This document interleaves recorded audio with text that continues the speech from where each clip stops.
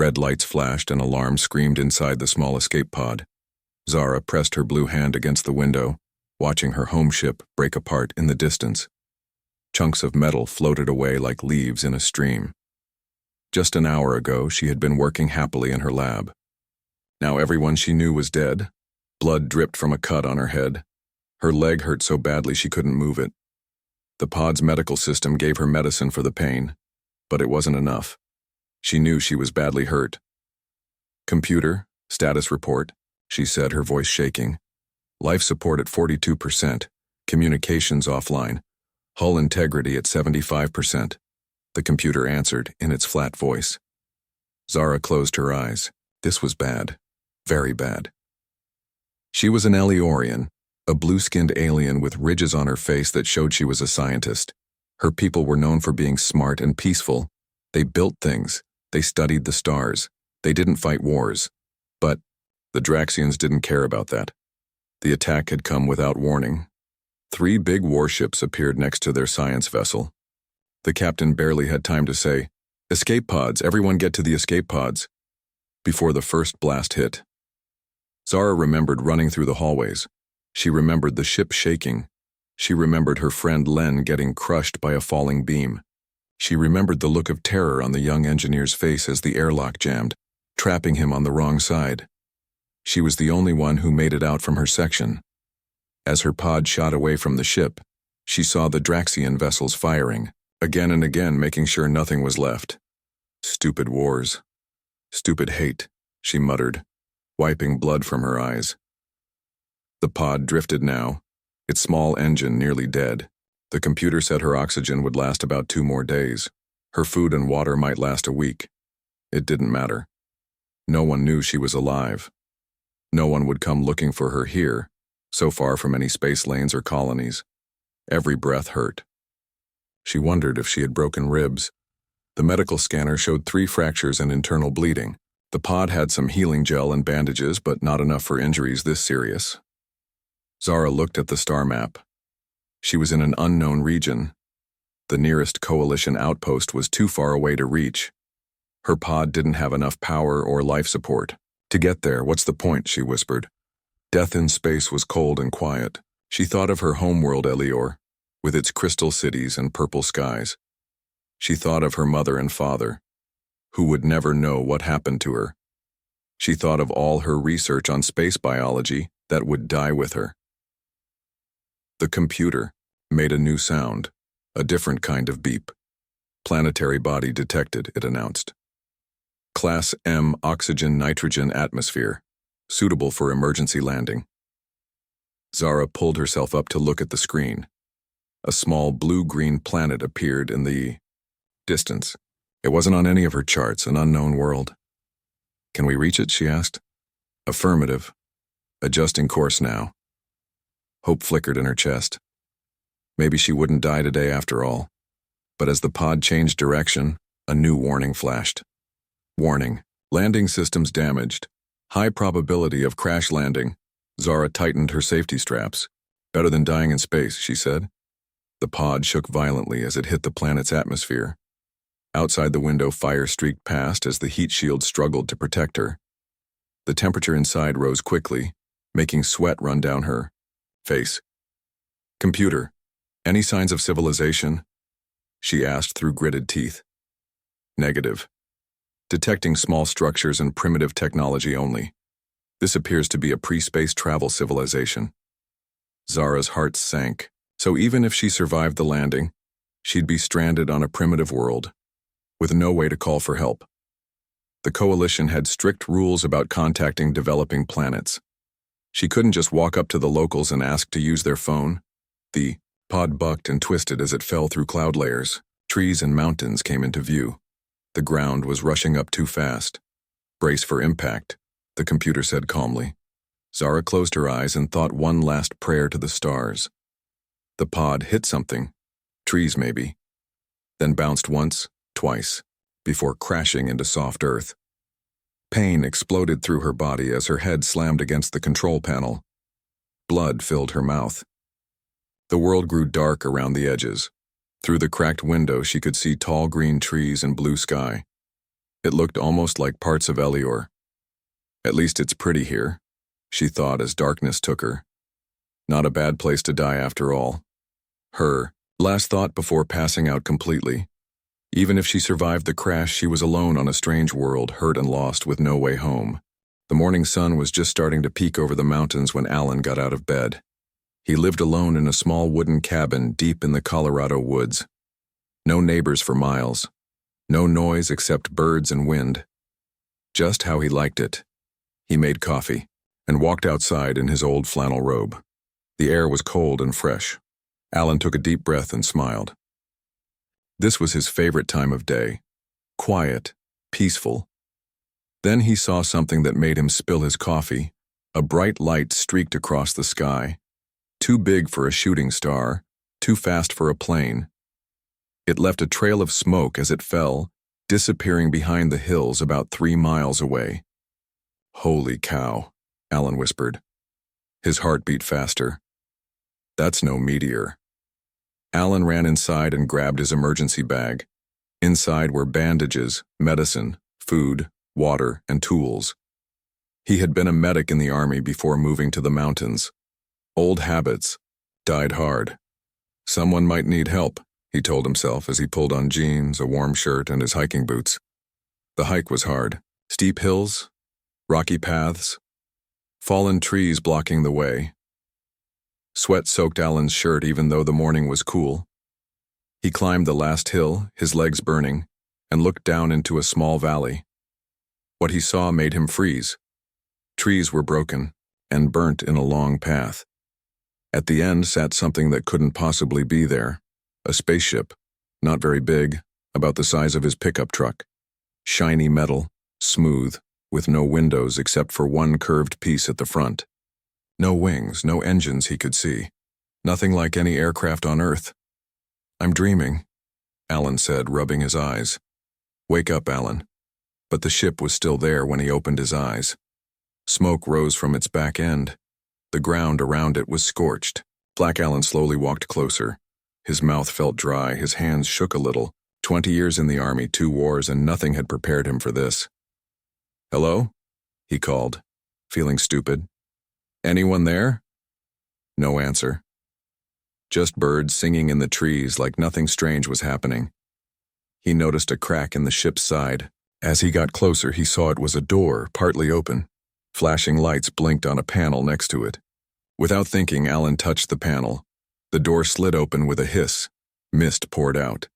Alan coughed and waved it away. When the air cleared, he looked inside. "Oh my God," he whispered. A woman was strapped to a seat. At least, she looked like a woman in shape, but her skin was blue, light blue like the summer sky. Her face had strange ridges on the forehead and cheeks. Blood, dark purple blood, covered her uniform and dripped from cuts on her arms and head. Her eyes were closed. Alan stood frozen. His mind couldn't make sense of what he was seeing. An alien. A real alien from space. Just like in the movies, but real. Then his medical training took over. Alien or not, she was hurt, bleeding, maybe dying. He climbed into the small ship. The air smelled strange, like cinnamon and metal. He checked her neck for a pulse. It was there, but weak and fast. Too fast. He saw her chest moving up and down. Good. She was breathing. Alan looked at her injuries. Cut on the head. Broken leg. Probably broken ribs too from the way her breathing sounded. Burns on her arms. She needed help fast. What do I do? He asked himself. He couldn't take her to a hospital. They'd call the government. Men in black suits would come. Scientists would take her away. He'd seen enough movies to know how that ended. No choice, he decided. I have to take her to my cabin. Carefully, he undid the straps holding her in the seat. She was tall, almost as tall as him, but lighter than she looked. He lifted her as gently as he could. As he picked her up, her eyes opened for just a second. They were deep purple like flowers.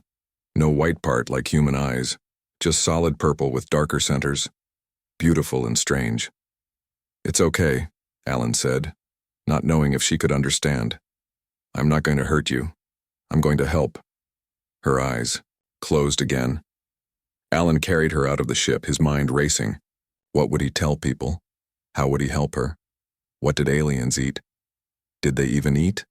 One step at a time, he told himself. First, get her somewhere safe, treat her wounds, keep her alive. The rest could wait. The hike back was even harder with the alien woman in his arms. He had to stop often to rest. The sun was high in the sky by the time his cabin came into view. Almost there, he told the unconscious alien. Just hang on.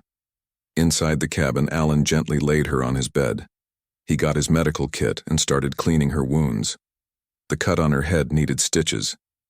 He gave her a shot of antibiotics, hoping they would work on alien biology. As he wrapped bandages around her blue arm, Alan shook his head in wonder. I found an alien in the woods, he said out loud, still not believing it. What happens now? Strange smells woke Zara up.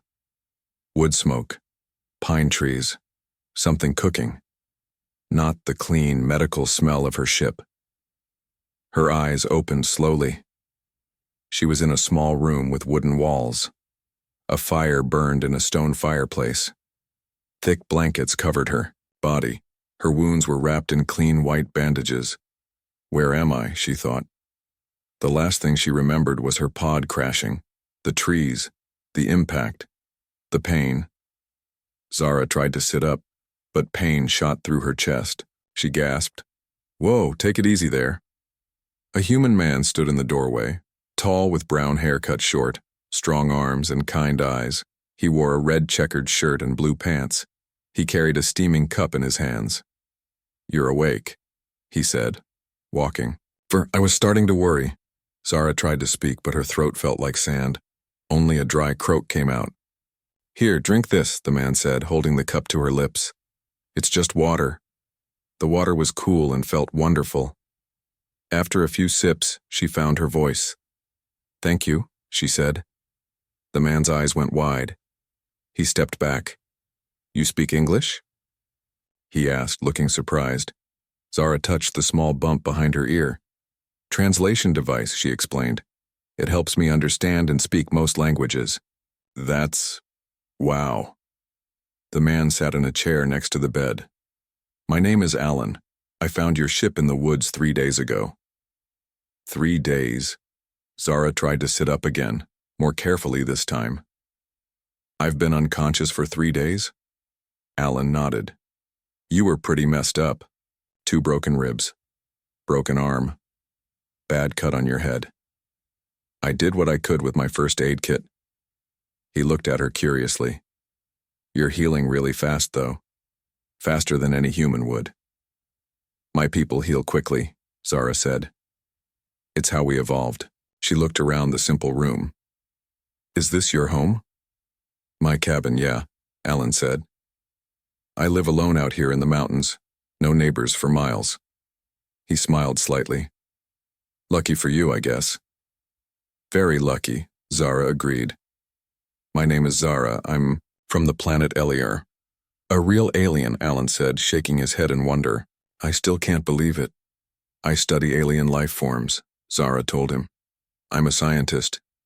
You study aliens, but you are an alien. Alan laughed. At least to me. Yes, Zara smiled. I never thought I would become the thing I study. I was a medic. In the army, Alan said. That's how I knew how to treat your injuries. I've patched up a lot of people, but never an alien before. Where exactly am I? Zara asked. Western Colorado, United States on planet Earth, Alan replied. Middle of nowhere, just mountains and forests. No one comes out here. Zara nodded. That explained a lot. Earth was far from Coalition space, no wonder her ship had no records of it. My ship, she said, suddenly worried. The escape pod. What happened to it? I covered it up, Alan assured her. Used branches and tarps. No one will see it from the air. And like I said, no one comes up here anyway. Good, Zara said with relief. If your government found it or me, it would be bad. Yeah, I've seen the movies. Men in black suits taking you to some secret lab. Alan made a face. Not happening on my watch. Zara didn't understand the reference, but she got the idea. My people have rules about contact with worlds that haven't joined Space Society yet. I shouldn't be here at all. Why are you here? Alan asked gently. What happened to your ship? Zara's face darkened as the memories came back. The attack, the explosions, her friends dying. I was on a research ship with 23 others, she said quietly. We were studying stars. A species called the Draxians attacked us without warning. They hate the Coalition. That's the group of planets my people belong to. She looked down at her hands. They destroyed our ship, killed everyone. I got to an escape pod, but it was damaged. I thought I would die in space. Until you crashed in my woods. Alan finished.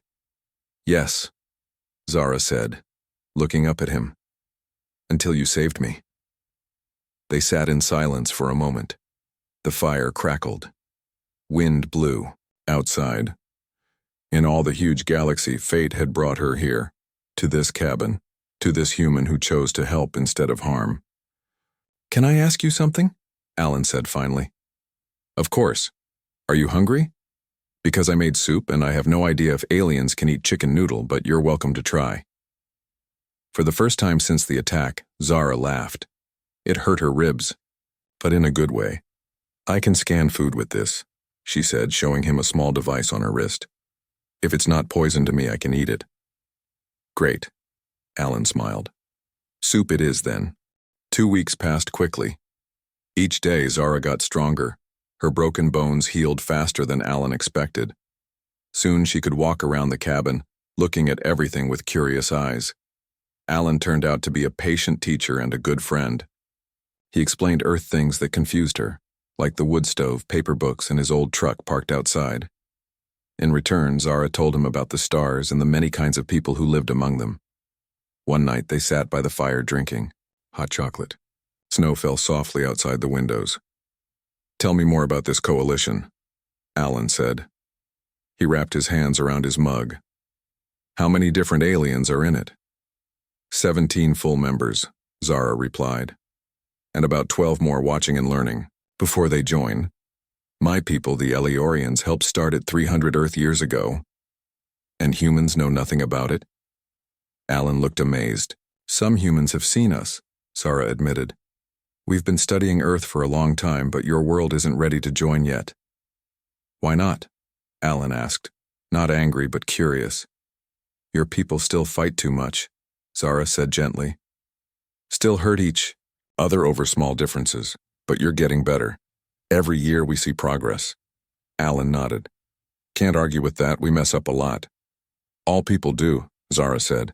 Even in the coalition we have problems. No one is perfect. What about these Draxians, the ones who attacked your ship? Alan poked at the fire with a stick, sending sparks up the chimney. Zara's face grew sad. They hate the idea of different species working together. They think each world should stay separate. They've been causing trouble for years, but the attack on my ship was the worst yet. So there might be a war soon, Alan said. Yes. And I should be helping my people, not stuck here. Zara looked down at her blue hands. Alan was quiet for a minute. Then he asked, What about your ship's radio? Could we fix it? Zara looked up, surprised she hadn't thought of this. Maybe. The basic parts are not so different from Earth technology. With the right pieces, I could make it send a message that a coalition ship might hear. What would you need? Alan leaned forward, interested. Special radio parts, power amplifiers, circuit boards. Zara tried to think of ways to explain the complex technology in simple terms. I have a friend named Kathy at the university, Alan said. She works with fancy communication equipment. She might have the parts or know where to get them. You would help me contact my people? Zara asked, surprised. Even if it means more. Aliens might come here? Alan smiled. You need to go home. Your people need your help with these Draxian jerks. Besides, he added with a laugh, if the coalition wanted to invade Earth, they would have done it already. True, Zara smiled. We have strict rules about not interfering with developing worlds. Then it's decided. Alan stood up. Tomorrow, We'll make a list of what you need. I'll call Kathy. Wait, Zara said. There's a problem. I can't go into your town looking like this. She pointed to her blue skin and the ridges on her face. Good point. Alan scratched his chin. We'll need a disguise. Hat, sunglasses, makeup for your skin, and a good story about why you're with me. What story would work? Zara asked. How about this? You're a scientist from another country, studying local plants and animals. Your research. Money ran out and I'm letting you stay at my cabin until your university sends more. That could work, Zara nodded. I am a scientist after all. Perfect, Alan said. Operation Phone Home starts tomorrow. Zara laughed. Alan had shown her that movie on his old TV. It was about a small alien who just wanted to go home. Not so different from her situation. That night, Zara stood by the window looking up at the stars. Somewhere out there, the Coalition was preparing for war with the Draxians. Her family thought she was dead. Her research was unfinished, but here, on this backward little planet, she had found something unexpected, a human who treated her with kindness and respect, who saw past her alien features to the person inside, who was willing to help her at risk to himself. Alan came to stand beside her. Penny for your thoughts? He asked. What? Old saying. It means, what are you thinking about? Zara pointed to a faint star. My home is in that direction, very, very far away. Do you miss it? Alan asked quietly. Yes, Zara said. Then she turned to look at him. But I'm glad I crashed here. Glad I met you. Alan's face turned slightly red. I'm glad, too, he said. Even though you're the strangest houseguest I've ever had. They both laughed. Then Zara asked a question that had been on her mind. Why did you help me, Alan? You found an alien in the woods. Most humans would have called your government. Been afraid. Run away. Why did you bring me to your home and fix my wounds? Alan thought for a moment before answering. Because you needed help, he said simply. Alien or not, you were hurt. Nothing else mattered. Zara felt a warmth spread through her chest that had nothing to do with the fire. In all her studies of different species across the galaxy, she had never encountered such simple goodness. Your coalition, Alan said. Do they know how special humans can be? Some of us do, Zara replied softly, and soon more will. The mountain road wove through pine forests and rocky outcroppings, the truck's headlights cutting through the pre-dawn darkness. In the passenger seat, Zara adjusted her hat nervously, making sure it covered the ridges on her forehead. Relax, Alan said, glancing at her. The disguise looks great. No one would guess you're from another planet. Thanks to Kathy's help, and her unquestioning acceptance of Alan's vague explanations, they had acquired all the components needed to modify the escape pod's communications system. It had taken another week of careful work, but Zara had finally completed the repairs the previous evening. It's not just the disguise I'm worried about, Zara admitted. If this works, if my people receive the signal, you'll be going home, Alan finished for her. Yes. The word hung between them, heavy with unspoken emotions. Over the past month, their relationship had evolved from rescuer and rescued to something much more complex.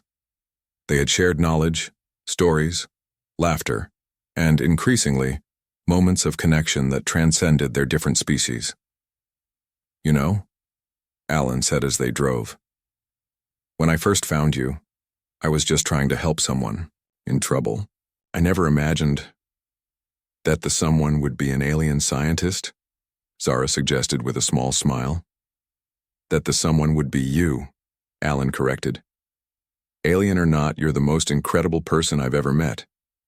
Zara felt a warmth spread through her that had nothing to do with the truck's heater. And you've shown me that humanity's potential goes far beyond what the Coalition's reports suggest. Your compassion, your adaptability, your willingness to help a stranger from the stars, these are rare qualities anywhere in the galaxy. They fell silent as the truck climbed the final stretch toward the hidden escape pod. When they arrived, Alan helped Zara uncover the craft and watched as she installed the modified communications system. "How long will it take?" he asked as she finished the work. "The signal will start broadcasting immediately," Zara explained. "But it could be days or weeks before a coalition vessel passes within range, or it could be hours. There's no way to know." They sat side by side on a fallen log, watching the sunrise paint the mountains gold and pink.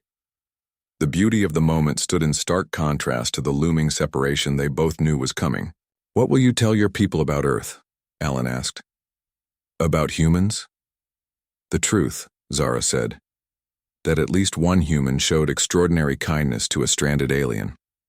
That perhaps the Coalition should reconsider its classification of Earth as merely developing. That humans may be ready for more direct contact sooner than previously thought." "And what about us?" Alan's voice was quiet. "Will you tell them about that too?" Zara turned to him, violet eyes meeting brown. "What is there to tell?"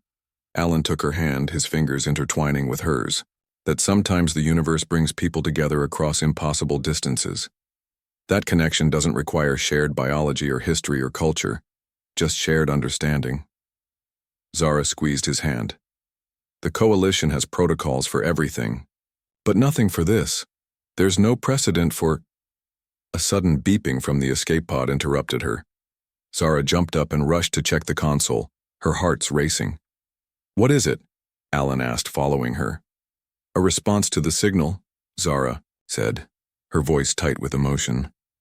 "A Coalition patrol ship has detected the transmission. They're on their way." She looked up at him, her expression a mix of joy and sorrow. "They'll be here within the hour." Alan nodded, absorbing the news. "So this is it?" "Alan, Zara began, but the words failed her. "It's okay," he said softly. "You need to go home. Your people need you, especially with this conflict brewing. I understand that. But I need you to understand something else," Zara said, taking both his hands in hers. "What you did, saving me, helping me, treating me as an equal despite our differences, it matters. Not just to me, but potentially to the future of relations between Earth and the Coalition." "I just did what anyone would do," Alan protested. "No," Zara said firmly. "What you did is extraordinary, and I'm going to make sure the Coalition knows it. Humanity deserves a chance to join the larger galactic community, and I'm going to advocate for that chance." Alan smiled, though his eyes were damp. "So, not goodbye forever? Just goodbye for now?" "If I have any say in the matter," Zara promised. They spent the remaining time gathering Zara's few belongings and preparing for the Coalition ship's arrival. When the moment finally came, it was heralded by a low hum that gradually increased in intensity until a sleek vessel, far larger than the escape pod, appeared overhead. As a beam of light engulfed the escape pod, preparing to transport it and Zara aboard, she turned to Alan one last time. "Left for dead, I was saved by a human," she said, touching his face gently. "My people need to hear that story, and someday yours will too." The light intensified, and Zara was gone, along with her craft. Alan stood alone in the clearing, looking up at the Coalition ship as it shimmered and then vanished into the morning sky. 6 months later, on a crisp autumn morning, Alan stepped onto his porch with a mug of coffee in hand. The routine was the same, but the man was different, changed by his encounter with a visitor from the stars. A flash of light in the sky caught his attention, and for a moment, he held his breath. But it wasn't a falling star or an escape pod this time. It was something else entirely. A Coalition shuttle, descending gracefully toward the clearing where he had first found Zara. And as the craft landed and its hatch opened to reveal a familiar blue-tinged figure, followed by several official-looking representatives, Alan understood that this was not an ending but a beginning. The first official contact between humanity and the Galactic Coalition, arranged by a scientist who knew firsthand the best that humanity had to offer. Alan set down his coffee and began walking toward the future.